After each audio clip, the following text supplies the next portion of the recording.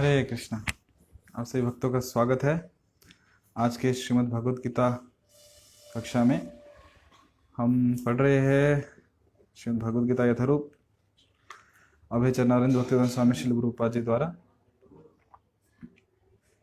और आज का जो हमारा अध्याय है वो है अध्याय क्रमांक 8, भगवत प्राप्ति, श्लोक क्रमांक 20।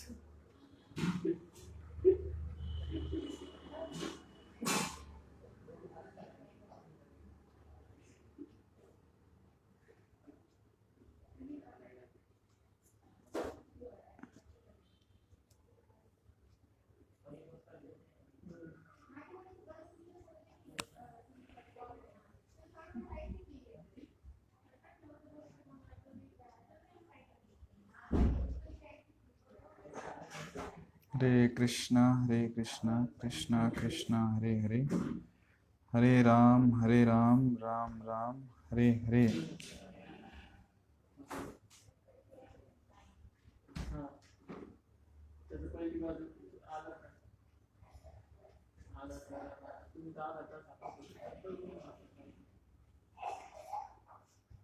हरे कृष्णा कृष्णा कृष्णा हरे हरे, हरे राम राम राम हरे हरे।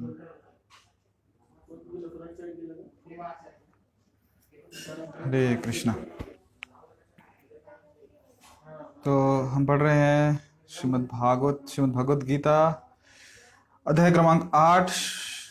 अध्याय का शीर्षक है भगवत प्राप्ति, श्लोक क्रमांक 20।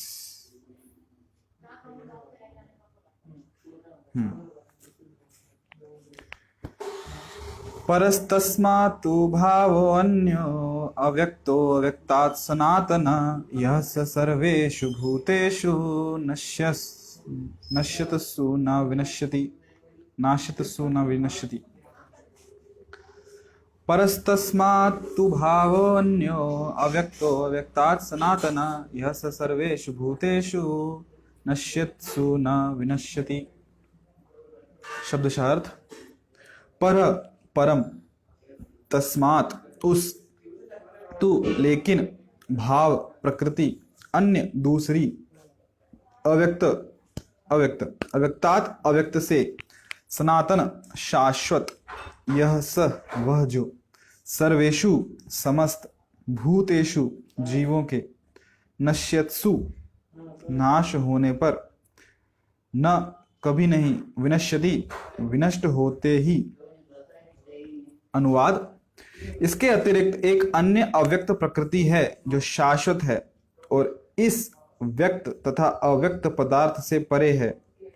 यह परा यानी कि श्रेष्ठ और कभी नाश ना होने वाली है। जब इस संसार का सब कुछ लय हो जाता है तब भी इसका नाश नहीं होता।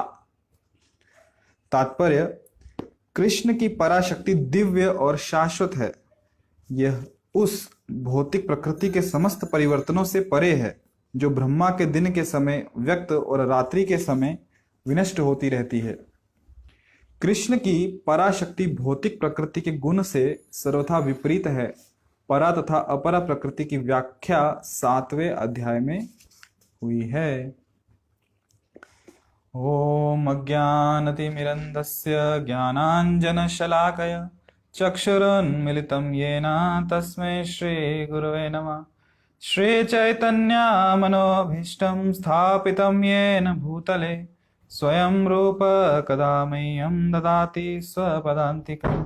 वन्देऽहं श्रीगुरु श्रीयुतापदकमलं श्रीगुरुन् वैष्णवांश्च श्रीरूपं साग्रजातां सहगना रघुनाथान्वितं तां सजीवं साद्वैतं सावधूतं परिजनासहितं कृष्णचैतन्यदेवं श्रीराधा कृष्णपादान् सहगना ललिता श्रीविशाखान्वितांश्च।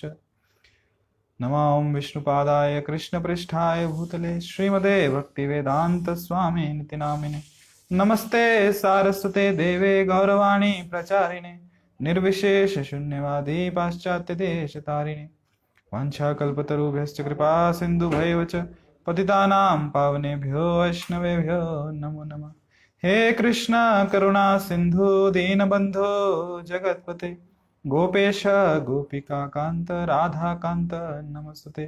तप्त कांचन गौरांगी राधे वृंदावनेश्वरी वृषभानु सुते देवी प्रणमामि हरिप्रिये।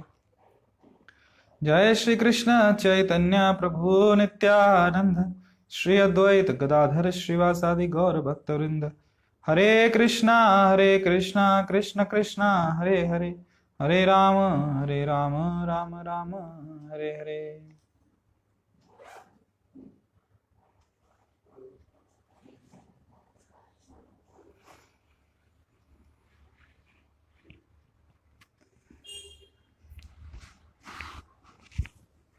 हरे कृष्णा।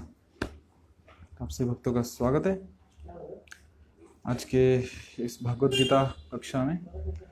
हम 8 अध्याय का 20वां श्लोक पढ़ रहे हैं। मैं एक फिर से अनुवाद पढ़ता हूँ।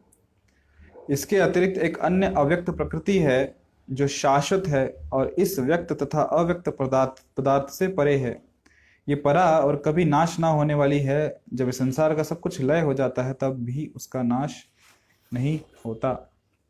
तो अभी यहाँ पे भगवान श्री कृष्ण पिछले श्लोकों में अर्जुन को बता रहे थे कि किस प्रकार जो भौतिक जगत है इसमें जीवात्मा किस प्रकार ऊपर नीचे इन्हीं लोकों में घूमते रहता है और किस प्रकार ये नाशवान है, फिर पैदा होता है, फिर खत्म होता है। तो परंतु इसके परे भी अभी बता रहे हैं, इसके परे भी एक पराशक्ति है, एक श्रेष्ठ शक्ति है, एक भगवान की आध्यात्मिक शक्ति है। एक ऐसा जगत है जो इस भौतिक जगत के लय होने पे भी खत्म नहीं होता।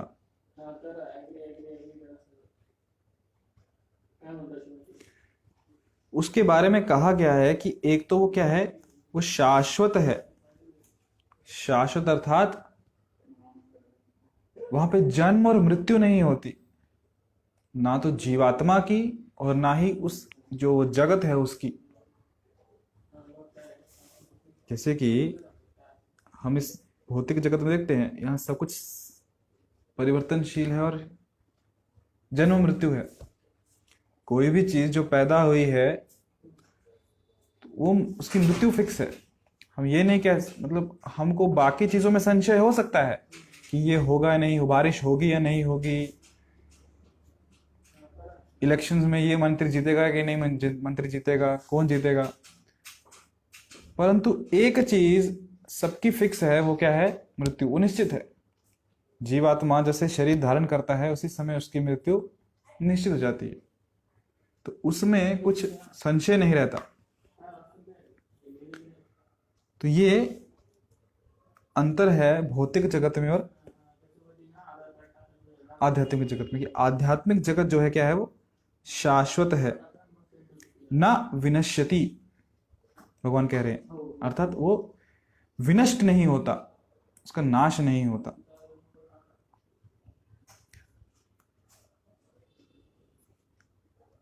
ठीक है, उसका नाश नहीं होता, ये तो हो गया आध्यात्मिक जगत का नाश नहीं होता। पर ठीक है, मैं क्यों जाऊं वहां पे? या फिर जब कृष्ण प्रेरणा भी दे रहे हैं यहाँ पे आध्यात्मिक जगत के बारे में बता के, परंतु मैं जाऊं क्यों? मेरा क्या लाभ है? वो इच्छा कैसे आएगी कि हाँ मुझे बहुत आध्यात्मिक जगत में जाना है जो इस जगत से श्रेष्ठ जगत है। तो आध्यात्मिक जगत को देखने के साथ साथ हमको भौतिक जगत की भी प्रकृति को समझना पड़ेगा कि भौतिक जगत कैसा है। जब तुलना करेंगे कि भौतिक जगत ऐसा है और आध्यात्मिक जगत ऐसा है, तब जाके मन में कहीं तो एक इच्छा निर्माण होगी, हाँ जो मेरे पास है या फिर जहां मैं हूं अभी, वो उतना मूल्यवान नहीं है, उतना लाभदायक नहीं है। परंतु ये जो दूसरा जगत है ना, जो श्रेष्ठ जगत है आध्यात्मिक जगत, वो ज्यादा लाभवान है, ज्यादा मूल्यवान है, ज्यादा लाभप्रद है। तो फिर इच्छा निर्माण होगी, हाँ इससे बेहतर भी कुछ है। जैसे कि इस भौतिक जगत को कहा जाता है कि ये क्या है, ड्युअलिटी से भरा है। ड्युअलिटी अर्थात द्वंद्व से भरा है। यहाँ पे अच्छा भी है, बुरा भी है, लाभ भी है, हानि भी है, मान भी है, अपमान भी है, सुख भी है, दुख भी है। कुछ चीजें हमें अच्छी लगती है, कुछ चीजें हमें बुरी लगती है। चैतन्य महाप्रभु बोलते हैं सनातन गोस्वामी को, द्वैत द्वैत भद्र अभद्र ज्ञान सब मनोधर्म, ए भलो ए मंद ए सब भ्रम। कि आपस द्वैत, द्वैत अर्थात ये जो भौतिक जगत है, इसमें व्यक्ति तुलना करता है कि ये भला है, ये अच्छा है, ये बुरा है। तो चैतन्य महाप्रभु कहते हैं सब मन का मनोधर्म है, सब मनोकल्पित है। क्यों? क्योंकि आज जो चीज मुझे अच्छी लग रही है कल को अच्छी नहीं लगती। ये प्रकृति है, ये मन का स्वभाव है। हो सकता है आज मुझे ये रंग पसंद है, आज मुझे ये खाने में पसंद है, कल को नहीं रहेगा। इसलिए तो जीव जब भौतिक जगत में कुछ उसकी जो इच्छा होती है, उसे पाने का अभिलाषी होता है, उसको पाने के लिए प्रयास करता है, परंतु वो वस्तु मिलने के बाद भी वो आनंदी नहीं होता। क्यों? क्योंकि जगत परिवर्तनशील है, संसार में परिवर्तन होते रहते हैं, और क्योंकि संसार में परिवर्तन होते हैं तो उसके साथ साथ उसकी इच्छाओं में भी परिवर्तन होते हैं। और जब तक वो वस्तु उसे मिलती है तब तक या तो वो वस्तु बदल जाती है या उसकी इच्छा बदल जाती है, तो आनंद उसे तब भी नहीं मिला। तो ये भौतिक प्रकृति है।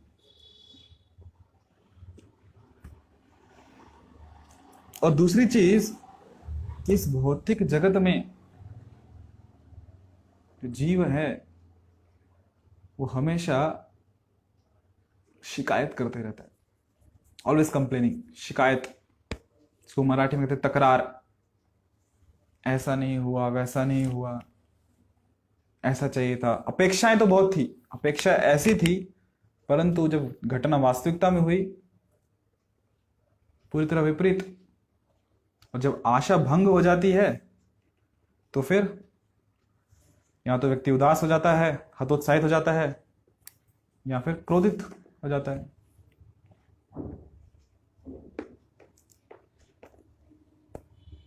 तो इस संसार में जैसे कि देखा जाए तो कोई भी व्यक्ति ऐसा नहीं मिलेगा जो कहीं ना कहीं किसी ना किसी रूप में शिकायत ना कर रहा हो। जैसे कि अभी परसों की ही बात है या कल की बात है, श्रीमान राम श्याम प्रभु कथा में बता रहे थे कि वो कुछ भक्तों को लेके वृंदावन गए थे यात्रा के लिए।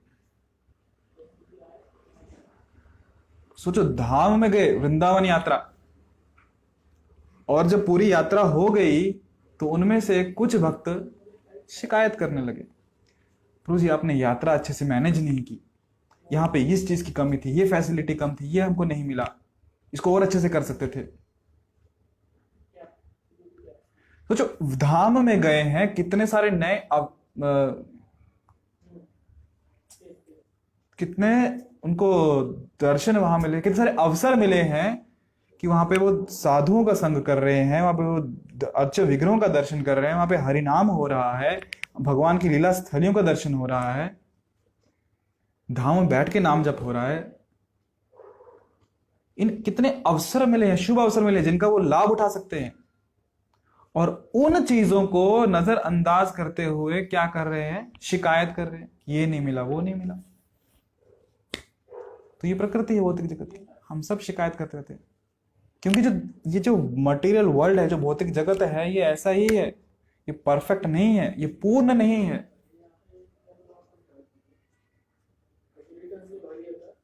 कहीं ना कहीं अपूर्णता रह जाती है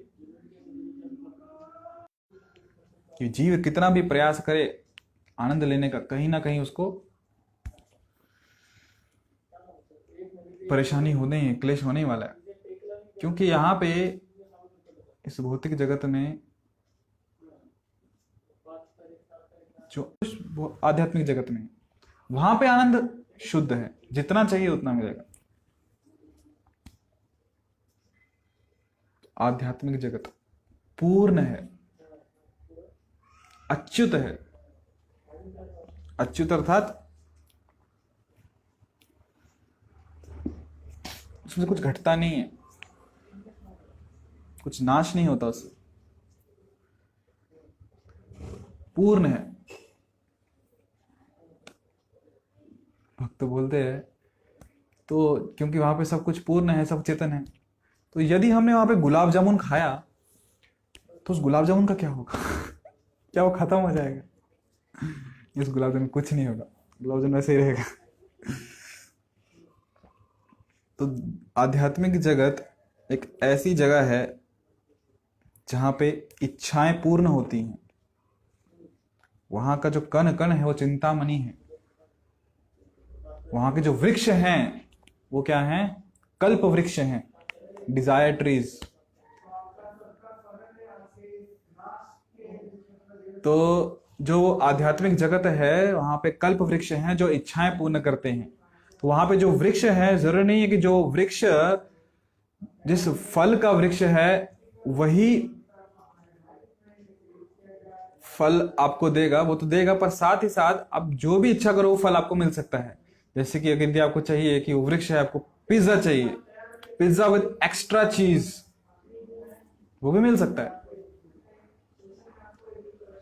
परंतु जो जीवात्माएं वो खाने के लिए वहां जाना चाहते हैं वहां पहुंचेंगे नहीं, क्योंकि जब व्यक्ति जीवात्मा शुद्ध होकर वहां जाए, शुद्ध हो जाएगा तभी वहां जाएगा, और वहां जाने के बाद वो खुद भोग करने की इच्छा नहीं। कृष्ण अर्पणमस्तु, कृष्ण की सेवा के लिए करेगा। तो कल्प वृक्ष, तो वहां पे आध्यात्मिक जगत में सब इच्छाएं पूर्ण होती हैं, और भौतिक जगत में हमने देखा हमारी इच्छाएं पूर्णता पूर्ण नहीं होती, कुछ होती हैं कुछ नहीं होती, और जो होती भी है उसमें व्यक्ति संतुष्ट प्रसन्न नहीं रहता, कुछ ना कुछ दुख तो आ ही जाते हैं।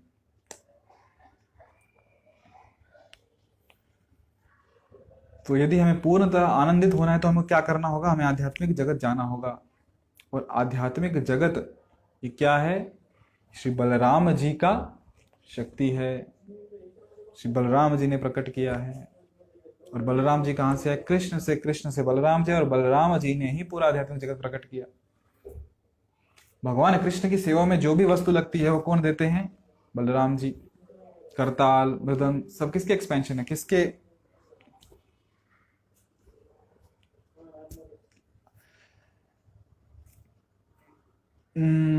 एक्सपेंशन।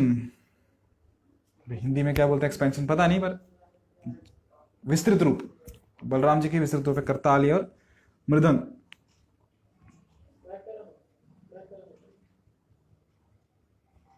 और जो धाम है वो शाश्वत है, ऐसा नहीं कि कभी शुरू हुआ था और कभी खत्म होगा, नहीं, अनादिकाल से।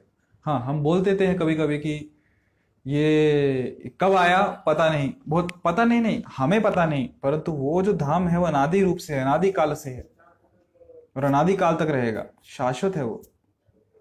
और ये सब कहाँ से है? बलराम जी से। तो इसका अर्थ ये नहीं कि बलराम जी में कुछ कम हो गया, कि उनमें से धाम आ गया तो बलराम जी में कुछ कम हो गया, नहीं, वो पूर्ण है।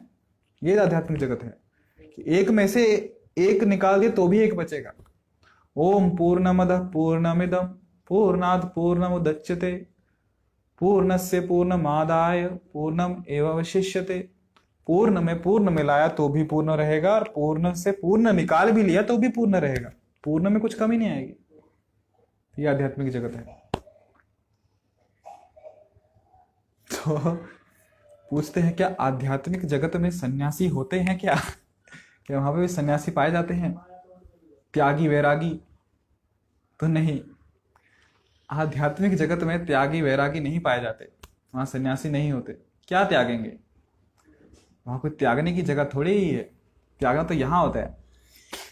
सन्यासी यहाँ मिलेंगे, त्यागी वैरागी लोग यहाँ मिलेंगे भौतिक जगत में, क्योंकि यहाँ पे भौतिकता को त्यागते हैं। हाँ, आध्यात्मिक जगत में गृहस्थ मिलेंगे, क्यों? आनंद ही आनंद है वहां पे।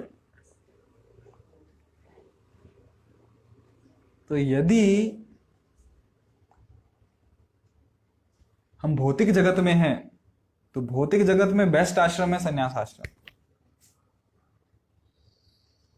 और यदि आध्यात्मिक जगत में गए तो आप बोल सकते हो गृहस्थ आश्रम, आनंद है, सब कुछ कृष्ण की सेवा।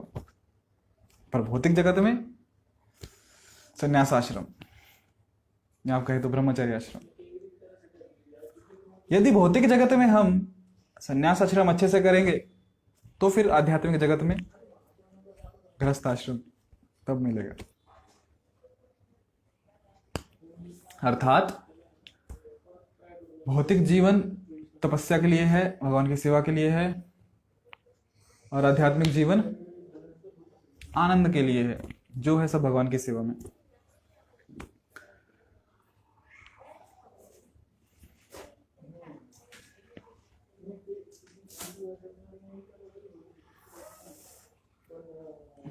जय श्री जगन्नाथ बलदेव सुभद्रा मैया की जय, श्री गौरताय की जय, श्रील प्रभुपाद की जय। जो आध्यात्मिक जगत है वो आनंद से परिपूर्ण है, आनंद ही आनंद है,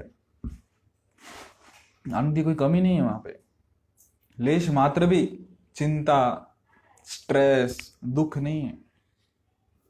फिर भी भक्त पूछता है कि प्रभु जी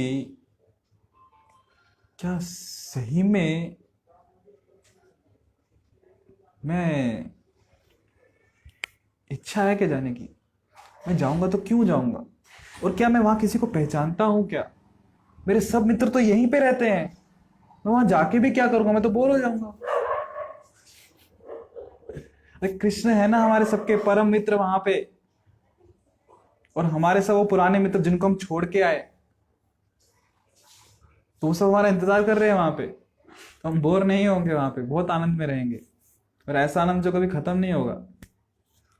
आनंद ही आनंद है।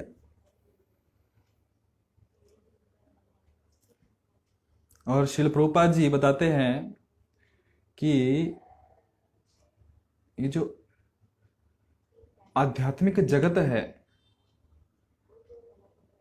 जो आध्यात्मिक जगत में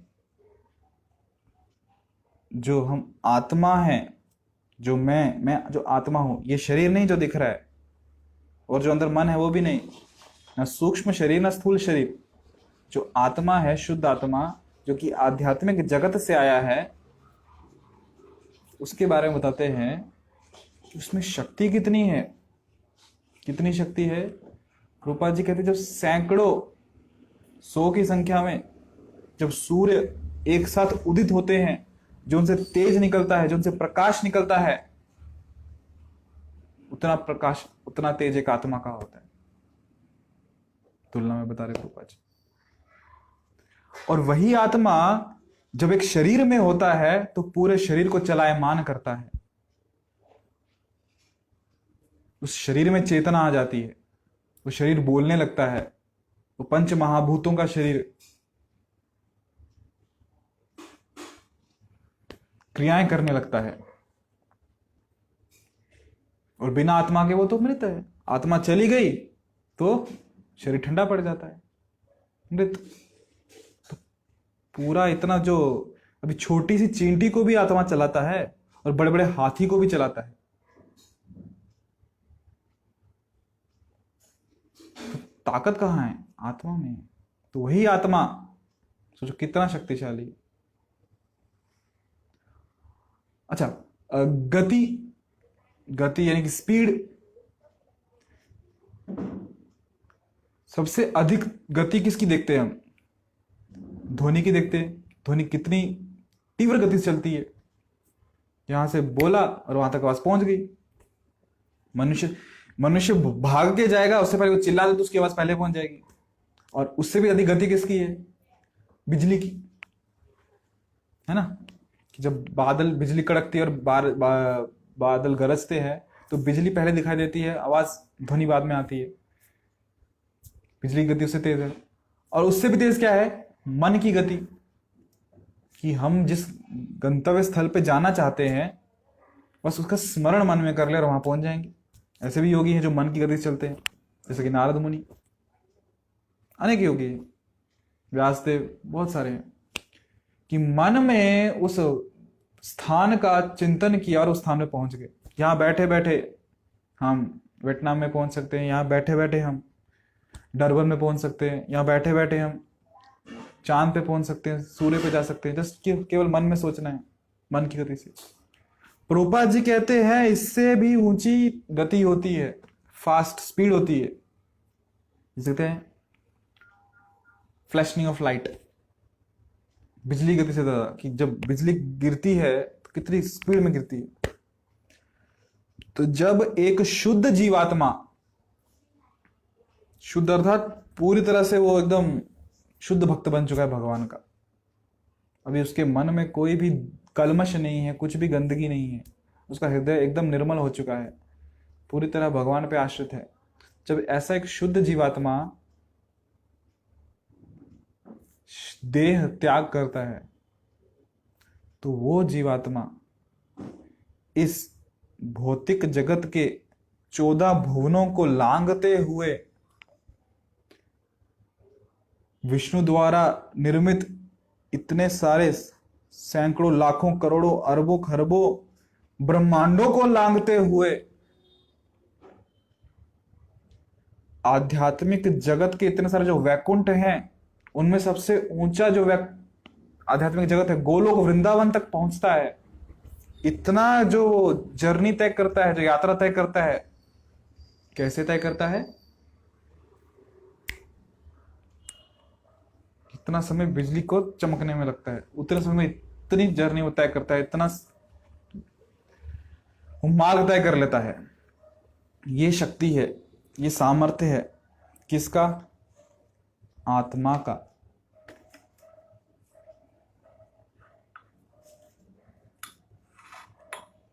आत्मा अर्थात कौन? आप, जो मूल रूप में आप हो, जो मूल रूप में मैं हूं, ये हमारा सामर्थ्य है, ये मेरा सामर्थ्य है, ये आपका सामर्थ्य है। कितना सामर्थ्यवान है ना हम।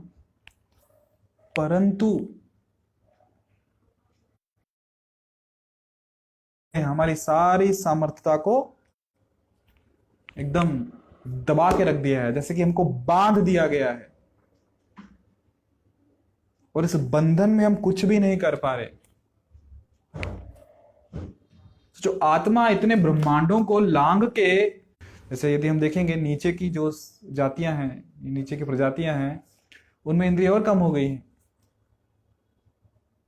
कितने पशु पक्षियों को नेत्र नहीं होते, किसी को कर्ण नहीं, कान नहीं होते, केवल नाक से ही पता चल करते हैं आगे कहां जाना है।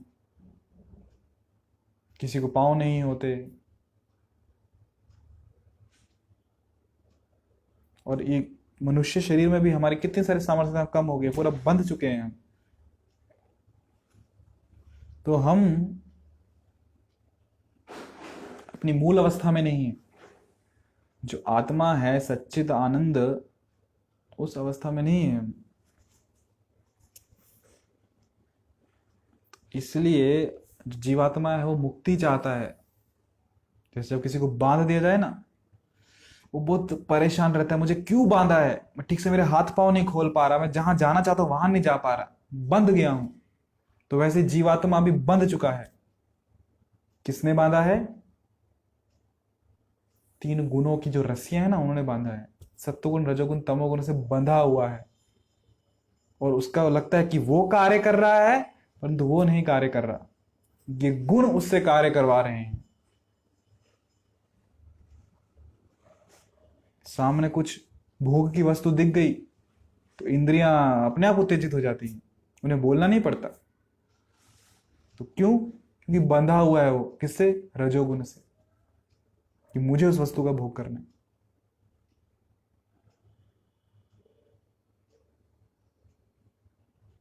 तो ये जो बंधन है, ये हमें इसे कहते हैं आजादी से काम नहीं करने देता। हमको इच्छा जैसी, जो सही में हमारी इच्छा है वैसे कार्य नहीं करने देता। हमको लगता है कि मेरी इच्छा है, मुझे कल से सुबह जल्दी उठना है, परंतु नहीं उठ पाते। क्यों? तमोगुण की रस्सी ने बांध दिया है। आलस, सोए रहते, पड़े रहते हैं। इच्छा है पर नहीं कर पा रहे, क्यों? बंधे हुए हैं। जैसे कि मेरी इच्छा है मैं उठूं और दरवाजा बंद करूं, दरवाजा खोलूं, पर नहीं कर पा रहा, क्यों? कुर्सी से बंधा हुआ हूं। तो वैसे इच्छा है उठने की सुबह, परंतु तमोगुण की रस्सी से बंधे हुए हैं, नहीं उठ पाते। इच्छा है तपस्या करने की, पर रजोगुण की रस्सी से बंधे हुए हैं, नहीं कर पाते।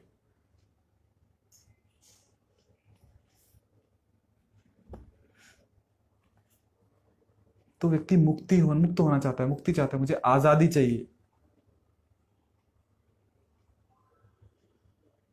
किससे? इस भौतिक बंधनों से। तो जीवात्मा इच्छाएं करता है, उसे आजादी चाहिए, उसे आनंद चाहिए, उसे प्रेम चाहिए, उसे भाव व्यक्त करने हैं। परंतु ये सब कहाँ पे मिलेंगे? यदि शुद्ध रूप में करने हैं तो आध्यात्मिक जगत में ही मिलेंगे, भौतिक जगत में पूर्णता नहीं मिलेंगे। तो इसलिए जो भी बुद्धिमान व्यक्ति है, जिसके यहां पे कुछ है, बुद्धि है, या कहें इसका ढक्कन खुल चुका है ऊपर का, वो इस भौतिक जगत के जितने भी 14 भुवन है ना, नीचे पाताल से लेकर ऊपर ब्रह्मलोक तक, कहीं भी जाने की इच्छा नहीं करता, कहीं भी आनंद ढूंढने के लिए प्रयास नहीं करता, क्योंकि उसे पता है यदि आनंद चाहिए तो एक ही जगह मिलेगा, श्री हरि के चरणों में, और वो श्री हरि के धाम में जाने का प्रयास करता है। इस भौतिक जगत में हर कोई परेशान है सुख के लिए, मतलब सुख चाहिए इसलिए परेशान रहता है, कष्ट करता है कि मुझे सुख चाहिए, पर फिर भी नहीं मिलता, हाथ ही नहीं आता। इसीलिए श्रील प्रभुपाद जी हमेशा कहते थे कि जीवन में एक ही ध्येय होना चाहिए, एक ही लक्ष्य होना चाहिए, वह है भगवत प्राप्ति। इसलिए प्रभुपाद जी ने जो मासिक पत्रिका शुरू की, उसका नाम भी रखा back to godhead. Back to godhead अर्थात भगवत प्राप्ति। जो गीता हम पढ़ रहे हैं, आज के अध्याय का शीर्षक भी क्या है? भगवत प्राप्ति। तो हमारे जीवन का उद्देश्य भी क्या होना चाहिए? भगवत प्राप्ति, भगवान के धाम जाना। ये बुद्धिमान व्यक्ति के लक्षण हैं।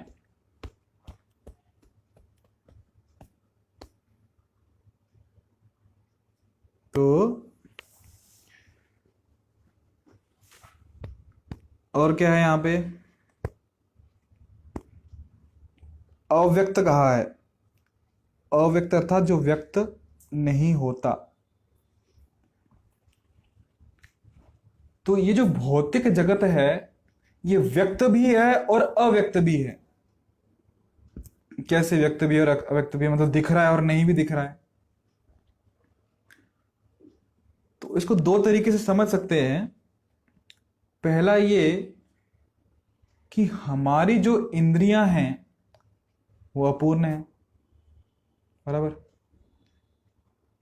तो हमको इस जगत का केवल कुछ ही अंश व्यक्त होता है।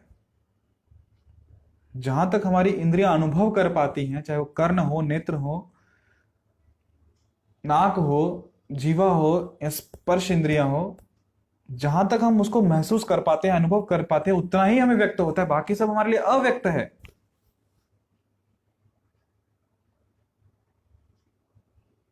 एक चीज ये। दूसरा कि ठीक है, हमें व्यक्त नहीं है, हमारे लिए अव्यक्त है, परंतु मौजूद तो है। तो ब्रह्मा जी का दिन में ये जो प्रकृति है व्यक्त रहती है, और जब उनकी रात हो जाती है, उनके सोने का समय होता है, बेड टाइम, तो सब कुछ समेट लेते हैं। तो वापस क्या? अव्यक्त। जब प्रलय काल आता है, सब अव्यक्त हो गया। और जो जीवात्माएं हैं, नीचे के लोगों के ऊपर के लोगों में चले जाते हैं। और जब भगवान विष्णु पूरी सृष्टि को समेटते हैं, तो फिर से अव्यक्त हो गया, सब भगवान में समा जाते हैं। तो ये भौतिक प्रकृति है जो कि व्यक्त भी है और अव्यक्त भी है। परंतु इसके विपरीत जो आध्यात्मिक जगत है, जिसे खासकर भौतिक जगत तो क्या नाश होता है, फिर प्रकट होती है, ब्रह्मा जी प्रकट करते हैं, परंतु आध्यात्मिक जगत इसलिए कहा है ना ऊपर, अच्युत। आध्यात्मिक जगत क्या है? अच्युत है, उसका कभी विनाश नहीं होता, उसका विनाश नहीं होता। और वो बहुत आकर्षणीय है। क्या? आध्यात्मिक जगत वो आकर्षित करते, जैसे कृष्ण है ना, कृष्ण कैसे आकर्षित करते हैं अपनी तरफ।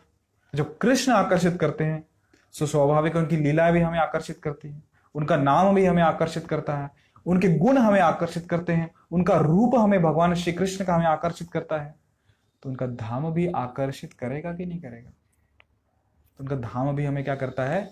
आकर्षित करता है ना। मंत्र मुग्ध करने वाला है, तो सुंदर है भगवान का धाम।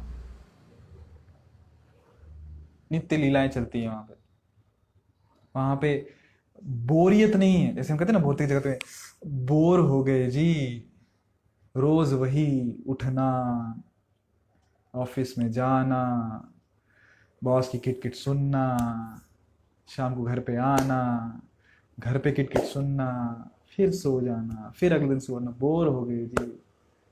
अभी छुट्टी है, चलो कहीं घूम के आते हैं, कुछ तो नया करते हैं, पहाड़ों पे जाएंगे, कहीं झरनों पे जाएंगे, नदी पे जाएंगे, या कहीं पार्टी करने जाएंगे। क्यों? कुछ परिवर्तन, कुछ जो भौतिक जगत का प्रकृति नियम, नेचर ही ऐसा है, पूरा बोरियत से भरा हुआ है। इसलिए ना हर हम में से हर कोई ना कोई कुछ नए नए उसमें से रंग डालने लगता है। कुछ कुछ तो ऐसे जैसे कहते हैं ना, कुछ तो रोमांचक करते हैं, एडवेंचरस करते हैं। कहीं पहाड़ पे चढ़ने जाएंगे, सनसेट पॉइंट पे जाके बैठ के देखेंगे सूरज कैसे डूब रहा है समुद्र में, या कहीं पहाड़ के ऊपर से देखेंगे उसको डूबते हुए। कुछ तो रोमांचक करना है। खड़ी चट्टान पे रस्सी पे लटकते हुए जाएंगे, और ऊपर जाके क्या करेंगे? वहां जाके सिर्फ बैठेंगे, और बैठे बैठे बोर हो गए तो वापस नीचे आएंगे और घर पे आ जाएंगे। तो ये भौतिक जगत है, यहाँ पे आनंद नहीं है, यहाँ पे सिर्फ बोरियत है। परंतु आध्यात्मिक जगत जो है वो आनंद रोमांच से भरा हुआ है, इसलिए सबको अपनी तरफ आकर्षित करता है। और क्योंकि वो अव्यक्त है, जीवात्मा को पता नहीं, तो इसलिए कृष्ण स्वयं इस भौतिक जगत में आते हैं, अपनी लीलाओं को प्रदर्शित करते हैं, दिखाते हैं, ताकि जीवात्मा कृष्ण की लीला से आकर्षित हो जाए।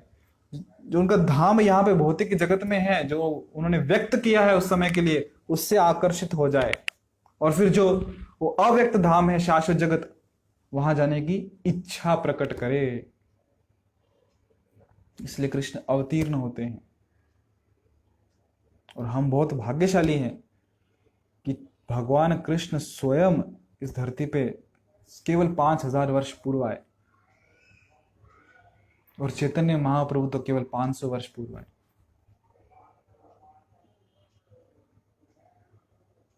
तो हम भी जब इनसे धामों से आकर्षित होकर जब इच्छा व्यक्त करेंगे कि हमें भी जाना है, तो भगवान हमें लेके जाएंगे। और कहाँ लेके जाएंगे? जहां हम ज्यादा आकर्षित हैं, जहां हमारा भाव है।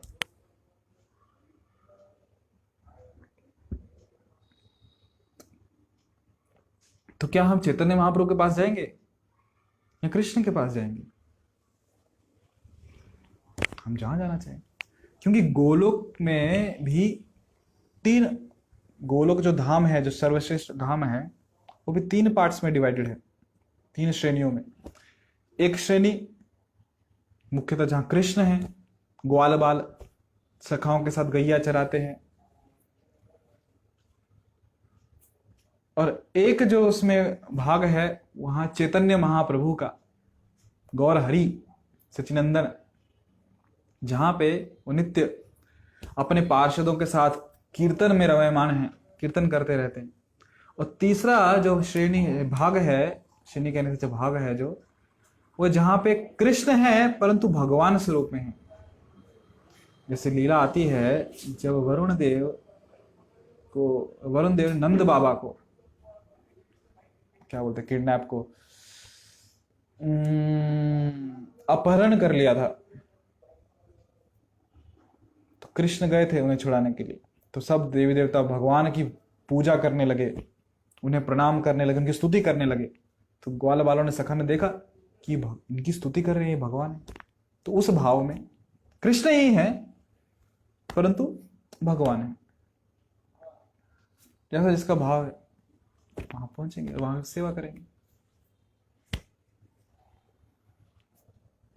आनंद ही आनंद है। और वो हम हैं, जो आत्मा, वो मैं हूं जो आध्यात्मिक जगत में आनंद करेगी। ये शरीर जो दिख रहा है ये मैं नहीं हूं, क्योंकि ये जो शरीर है इसकी अंतिम गति क्या है? तीन ही गति है केवल, या तो विष्ठा में परिवर्तित होगा, विष्ठा, या फिर मिट्टी, या फिर राख। इसके अतिरिक्त क्या है? इस शरीर, अभी तो देखते ना बहुत, कितना मेरा सुंदर शरीर, आईने में देखते रहते हैं कितना सुंदर लग रहा हूं या कितना सुंदर लग रही हूं, परंतु अंतिम गति क्या है? या तो विष्ठा बनेगी शरीर का, या राख बनेगी, या मिट्टी में मिल जाएगा। अर्थात कुछ धर्मों में या तो जानवर खा लेते हैं, जानवर को डाल दिया जाता है, जानवर खा लेंगे तो जानवर खा लेंगे तो अल्टीमेटली विष्ठा में परिवर्तित हो जाएगा। मिट्टी में दबा दिया, दफन कर दिया तो मिट्टी बन गया, और यदि इसको आग लगा दी, दाह संस्कार कर दिया तो राख बन गया।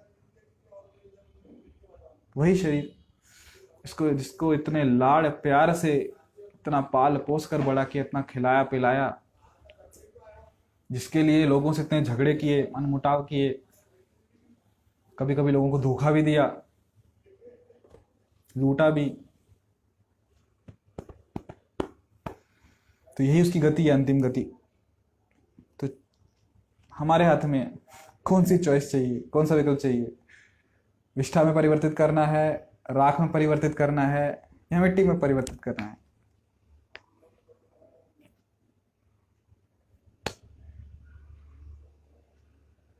परंतु हम जो वास्तविकता में हैं, आत्मा, उसे कहाँ लेके जाना है, वो विकल्प भी हमारे पास है। इसी 14 भुवनों में घूमते रहना है, अलग अलग योनियों में, कभी मानव बन के, कभी देवता बन के, कभी कुत्ता बन के, कभी सुअर बन के, कभी पक्षी बन के, कभी सर्प बन के, या वापस अपने घर पे जाना है, कृष्ण के संपर्क में, कृष्ण के संग में, आनंद के लिए, उनकी सेवा के लिए।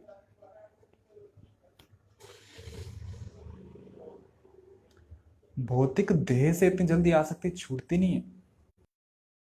सुनते हैं, हर प्रवचन में सुनते हैं, मैं शरीर नहीं हूं, मैं आत्मा हूं, मैं शरीर नहीं हूं, मैं आत्मा हूं, फिर भी नहीं छूटता। कहीं ना कहीं मन में लगता है आत्मा ठीक है होगा, पर मैं ये शरीर ही हूं। संप्रदाय करो कहो या धर्म कहो, खुल के बार बार बताया जाता है कि आप शरीर नहीं हो, आप आत्मा हो। आत्मा ठीक है, बट कम से कम आप ये शरीर तो नहीं हो। जैसे कि रोम में एक आश्रम आता है, क्रिश्चियन ईसाई धर्म का ही है, वहां पे जो संत रहते हैं, उनकी मृत्यु के बाद उनकी हड्डियों को संभाला जाता है। तो एक कमरे में कम से कम ऐसे 3 हड्डियां, तो ऐसे जो ढांचा होता है ना हड्डियों का, वैसे लटकाया हुआ है, उनको रखा हुआ है, और उनके हाथ में एक पट्टी है जिसपे कुछ वाक्य लिखे हैं। तो जब भी दर्शनार्थी वहां जाते हैं उस आश्रम में, तो उन 3 हड्डियों के ढांचे को देखते हैं जो लटके हुए हैं, और उनके हाथ में एक पट्टी है। उस पट्टी पे लिखा है, क्या लिखा है मैं आपको बताता हूं। उस पे लिखा है आप जैसे हो।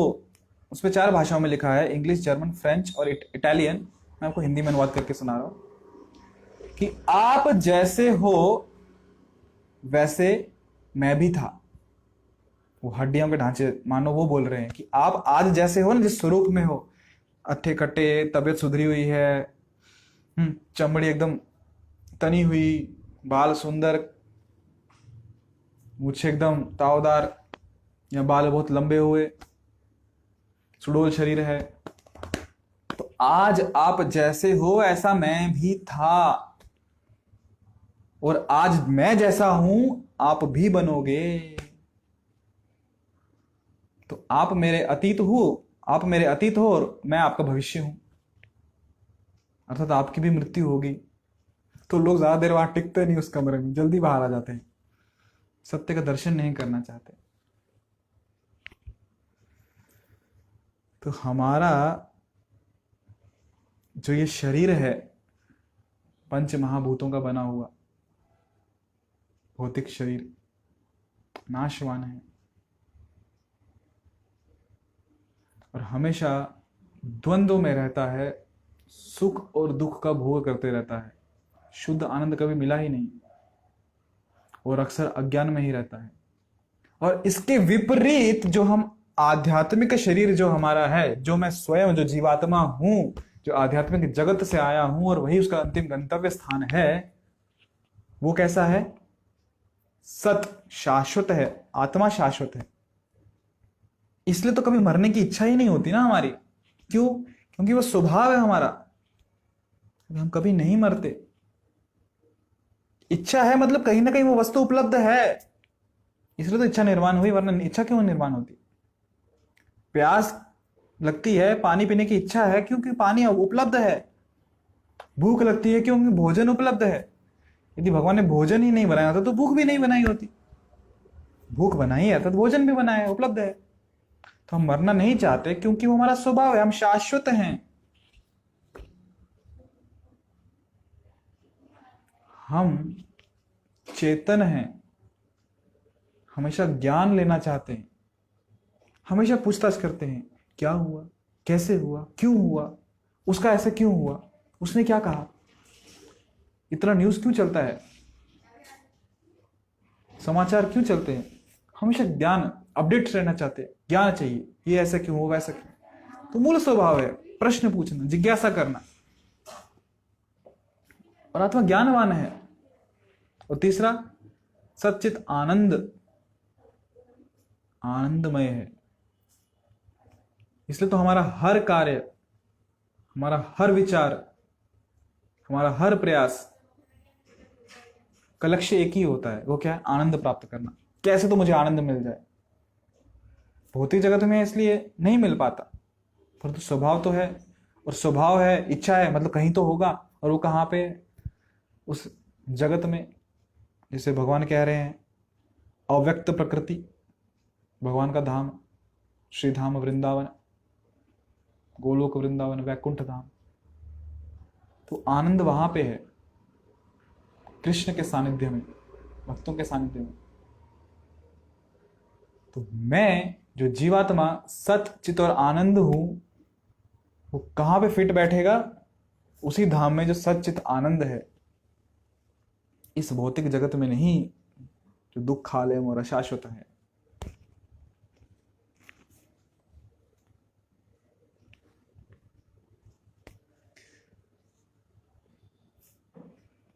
तो हमने क्या क्या देखा कि जो आध्यात्मिक जगत है वो शाश्वत है, वहां पे जन्म मृत्यु नहीं होती, वो अच्युत है, उसका कभी नाश नहीं होता, ना विनश्यति, वो आनंद से परिपूर्ण है, वहां आनंद ही आनंद है, शुद्ध आनंद है, वो दुखों से मिला हुआ नहीं है। वो आनंद,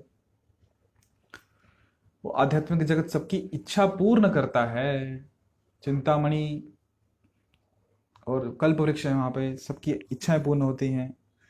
हाँ, अभी भौतिक नेत्रों को वो अव्यक्त है, परंतु इसका अर्थ ये नहीं कि वो नहीं है केवल अभी के लिए अव्यक्त है। और जब हम उस लायक हो जाएंगे, उस काबिल हो जाएंगे, जब हमें वो पात्रता आ जाएगी, तो कृष्ण स्वयं हमें अपने धाम में लेके जाएंगे, क्योंकि हमसे ज्यादा वो व्याकुल है हमें वापस लाने के लिए। हम में हो सकता है इच्छा ना हो कि हमको वापस जाना कि नहीं जाना, परंतु कृष्ण हमसे ज्यादा व्याकुल है। और कृष्ण के भक्त तो उससे भी ज्यादा व्याकुल है, पकड़ पकड़ के लेके जाते हैं, प्रभु जी चैंटिंग करो, नाम जप करो, हरे कृष्णा बोलो, प्रसाद लो, प्रवचन सुना करो, प्रवचन में आया करो। इसलिए तो भगवान आध्यात्मिक जगत से भौतिक जगत में आते हैं। भाई इस जीवात्मा को तो इच्छा होने नहीं वाली, कम से कम उसको मेरी धाम और मेरा लीला को दर्शन तो करा दूं, आकर्षित हो जाएगा उसके प्रति, फिर इच्छा करेगा, हाँ मुझे भी आना है, मुझे भी दर्शन करने हैं भगवान के। जब भगवान के दर्शन करने के अभिलाषा होगी तो भगवान दर्शन देंगे।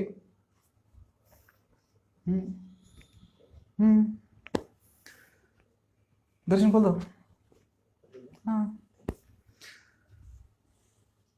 हाँ, तो भगवान आध्यात्मिक जगत से कहां पे आते हैं? भौतिक जगत में आते हैं। किस लिए? ताकि जीवात्मा उनके प्रति आकर्षित हो सके, जीवात्मा भगवान का दर्शन कर सके। जय श्री जगन्नाथ बलदेव सुभद्रा मैया की जय, दर्शन महाराज की जय, श्री गौर निताय की जय, श्रील प्रभुपाद की जय। तो इतने सुंदर जब दर्शन भगवान के उपलब्ध होते हैं तो जीवात्मा आकर्षित हो जाता है और फिर इच्छा का निर्माण होता है। तो ये किसकी व्याकुलता है? ये भगवान की व्याकुलता है, जो हमसे ज्यादा व्याकुल है हमें वापस अपने धाम में लेके आने के लिए, क्योंकि वो जानते हैं कि हम इस भौतिक जगत में बहुत दुखी हैं, बहुत परेशान हैं, और वो हमें दुखी नहीं देख सकते। जब किसी से प्रेम होता है तो सामने वाले को दुख देखा नहीं जाता, तो व्यक्ति यही सोचता है कि सामने वाले को आनंदी कैसे कर सकूं, क्योंकि दूसरे के दुख में स्वयं को दुख होता है, तो वो प्रेम है। तो कृष्ण हमसे बहुत प्रेम करते हैं, इसलिए हमारा दुख नहीं सह सकते, परंतु फिर भी हम इतने जिद्दी हैं, तो नहीं हम यही ठीक है भौतिक जगत में, कहाँ हम आध्यात्मिक जगत में आएंगे। आकर्षित करता है आध्यात्मिक जगत, और वो दिव्य है, वो 3 गुणों से द्वारा बंधा हुआ नहीं है, वहां पे हमारी क्षमताएं बंधी हुई नहीं है।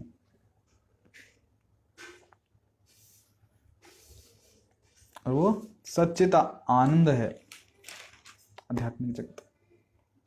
तो हमने देखा आध्यात्मिक जगत कैसा है, तो आशा है हमें भी भगवान के धाम में जाने के लिए इच्छा निर्माण हो, और जो इच्छा है वो और तीव्र हो।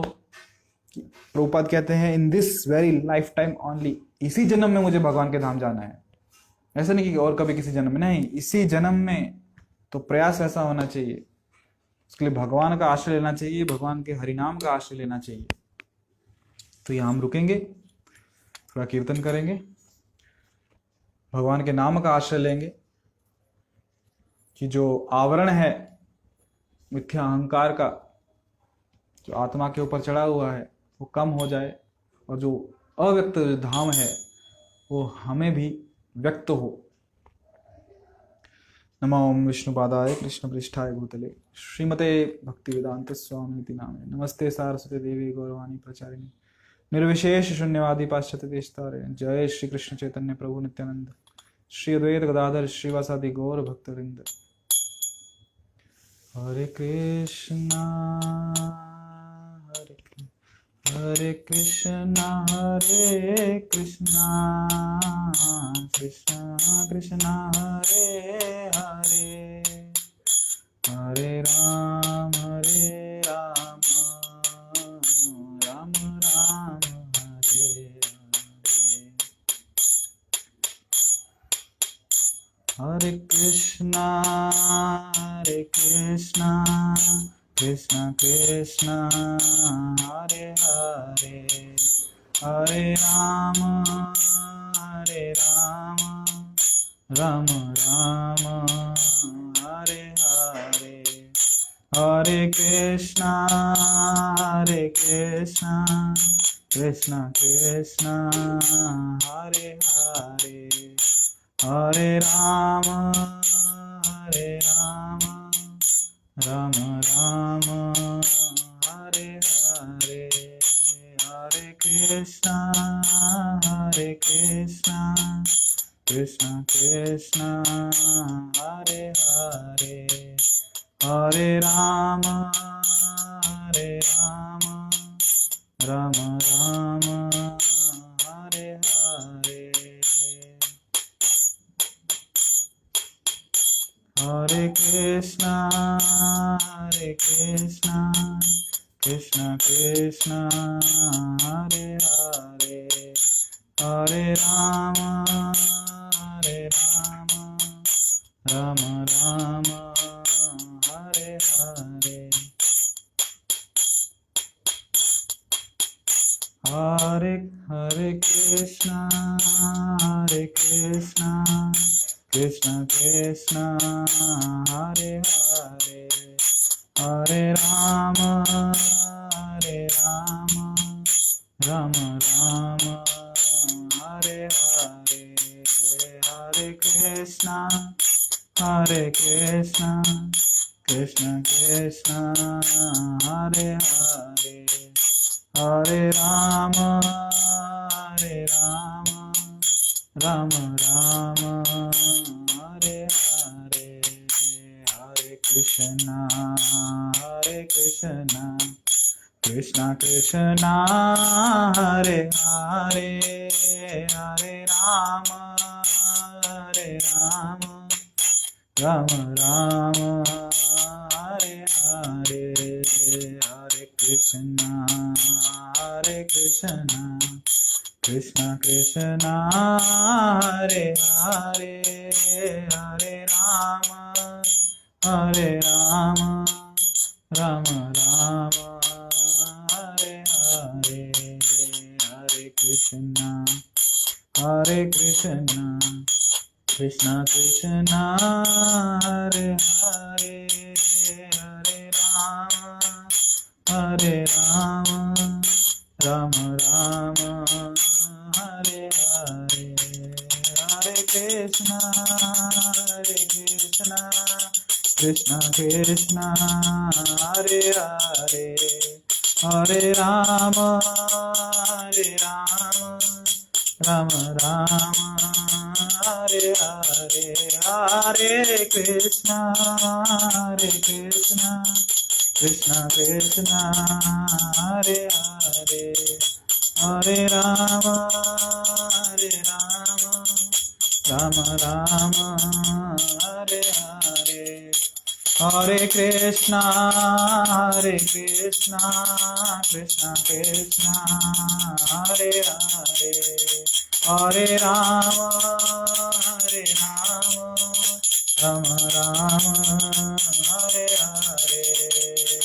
हरे कृष्णा कृष्णा कृष्णा हरे हरे हरे राम राम राम हरे हरे हरे कृष्णा कृष्णा कृष्णा हरे हरे हरे राम राम राम हरे हरे हरे कृष्णा कृष्णा कृष्णा हरे हरे हरे राम राम राम हरे हरे हरे कृष्णा कृष्णा कृष्णा हरे हरे हरे राम राम राम हरे हरे हरे कृष्णा कृष्णा कृष्णा हरे हरे हरे राम राम राम हरे हरे हरे कृष्णा कृष्णा कृष्णा हरे हरे हरे राम राम राम